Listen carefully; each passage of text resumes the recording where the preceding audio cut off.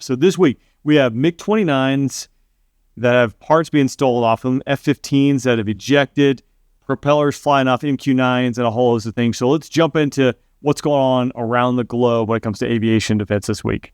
So first, we're jumping over to Hungary, Kecskemét, I believe I'm pronouncing that right, Air Base, which houses their J-39 Gripens, their modern fighters, as well as MiG-29s that are left over from the Cold War. Now, 2 weeks ago, they had a break-in on the base. Someone cut the fence, went to the boneyard where these MiG-29s are sitting, did a little bit of damage as they were rummaging around these MiG-29s, but knew what they were looking for because they stole a bunch of radar components off these jets. Now, over on the Lowdown, I am going to do a little bit deeper dive specifically into this one because I think it is interesting. At least it's interesting to me as far as what's going on here. But some things to note, Hungary is a member of NATO. They are participating in Baltic air patrols. In fact, just this past week, they actually intercepted an unidentified aircraft. However, the defense minister neglected is not the right term, omitted what plane was intercepted and what country it was from, which is kind of interesting. Like, are they trying not to poke the bear, but also support other countries? So we're going to dive deeper on that over on the Lowdown, and I'll have a video out here shortly about that, so make sure you check that out. But again, kind of interesting. These MiG-29s, originally Hungary was trying to sell them. There were no buyers.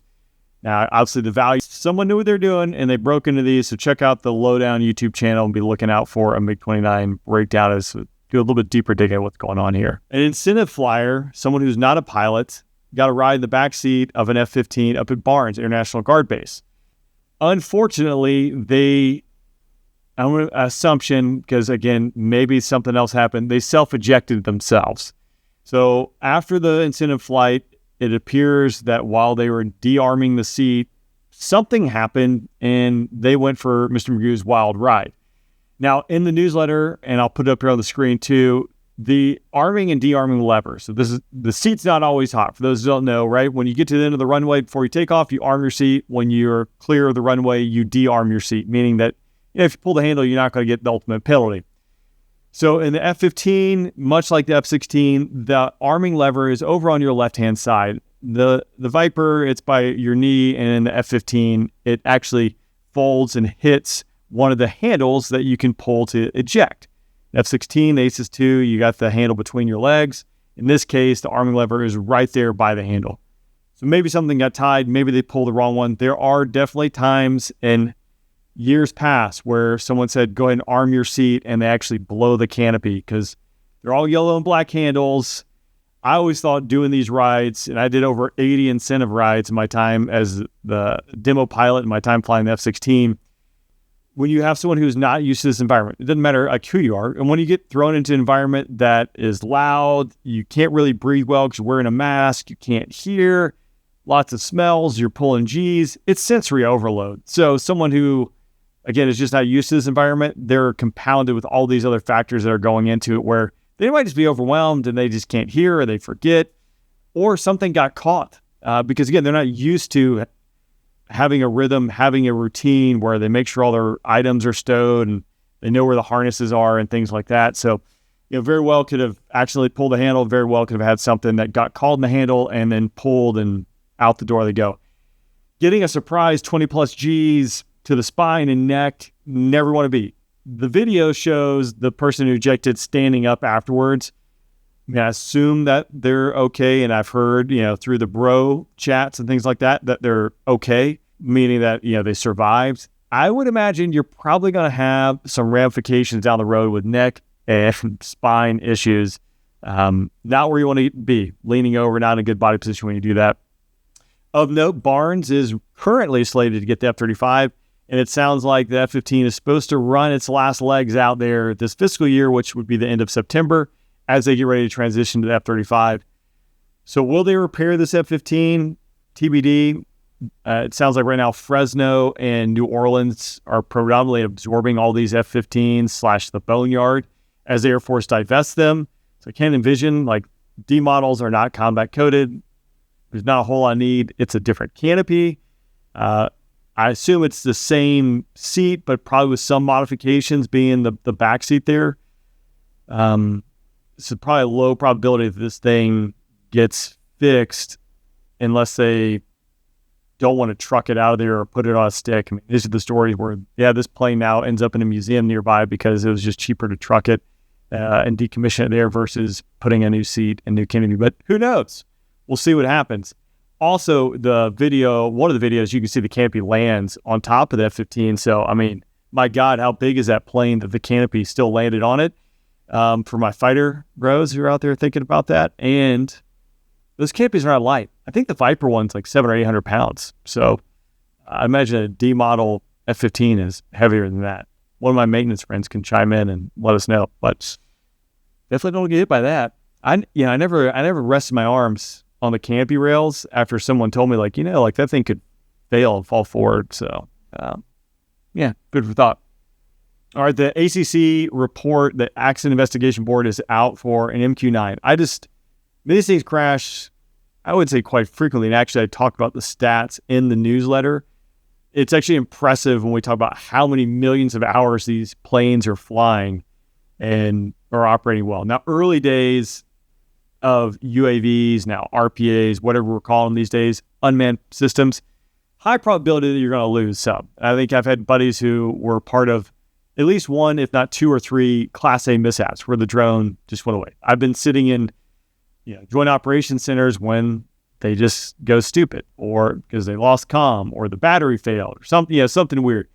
This one in the newsletter is out from December, where it crashed in the Mediterranean. It sounds like the propeller failed. Now, some of the components were able to be recovered, others weren't, but $13 million drone into the drink, and I won.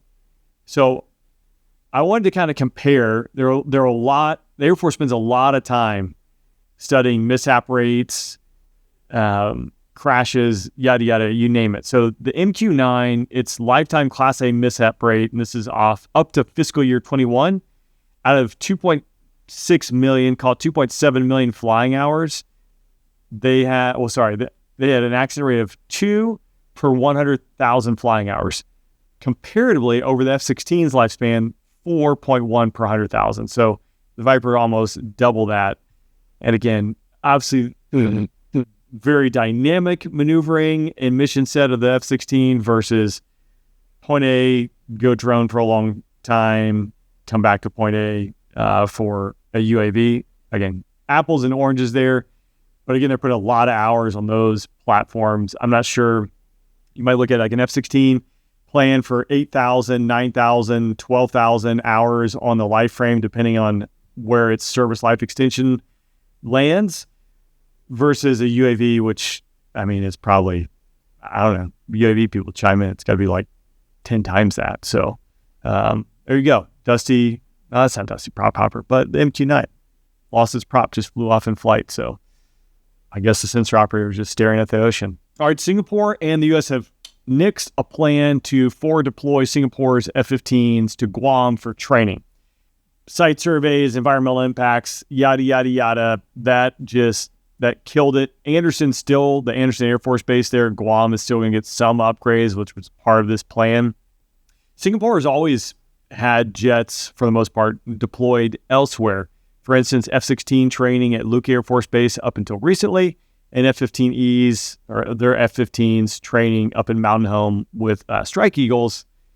Now, their F-16s and eventually, I think the plan would be F-35s going to Fort Smith, Arkansas, which was selected to be a foreign military training site a couple years ago. And it does sound like Singapore has already made some of their jets. The infrastructure is being built back up there, because Fort Smith was and is or always has been a guard base. It's had A-10s, it's had F-16s, I think UAVs, and now just a little hiatus back to doing foreign military training.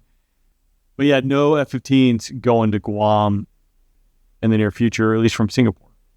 Which there is an F-15 theme for this newsletter. So which countries operate the F-15? And it's all variants. So check out the newsletter. You can participate in that trivia or not, and just, you do you. All right, so B-2s made an unexpected stop up in Alaska. I did a video. It was one of the first, original videos that went out on the Lowdown channel where we break that down. By now, I'm sure you've seen it.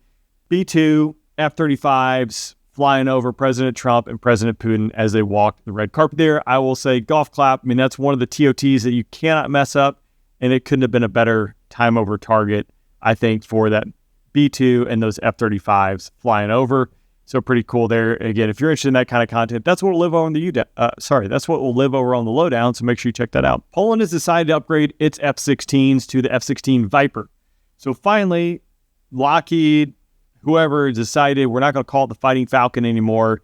And the newest, latest, greatest variant of F-16 is the Viper, putting to bed all the people, air shows, social media, who say it's not the Viper, it's the Fighting Falcon. Well, if you've flown it or if you worked on it, it's the Viper, and it'll soon officially be the Viper, at least for the upgraded variant.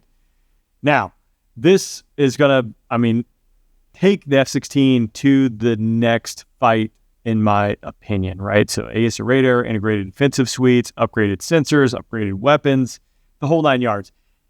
While apples to oranges to a certain degree, the United States Air Force, we have Block 50s being the latest and greatest for us, but countries are flying Block 60s and Block 70s are rolling off the line. The U.S. Air Force is more or less hodgepodging its way towards the Viper with AESA radar, maybe integrated defensive, offensive, defensive suites, center pedestals, things like that. But if you're looking at some Ukrainian Vipers, they got some pretty cool stuff hanging on their jets right now.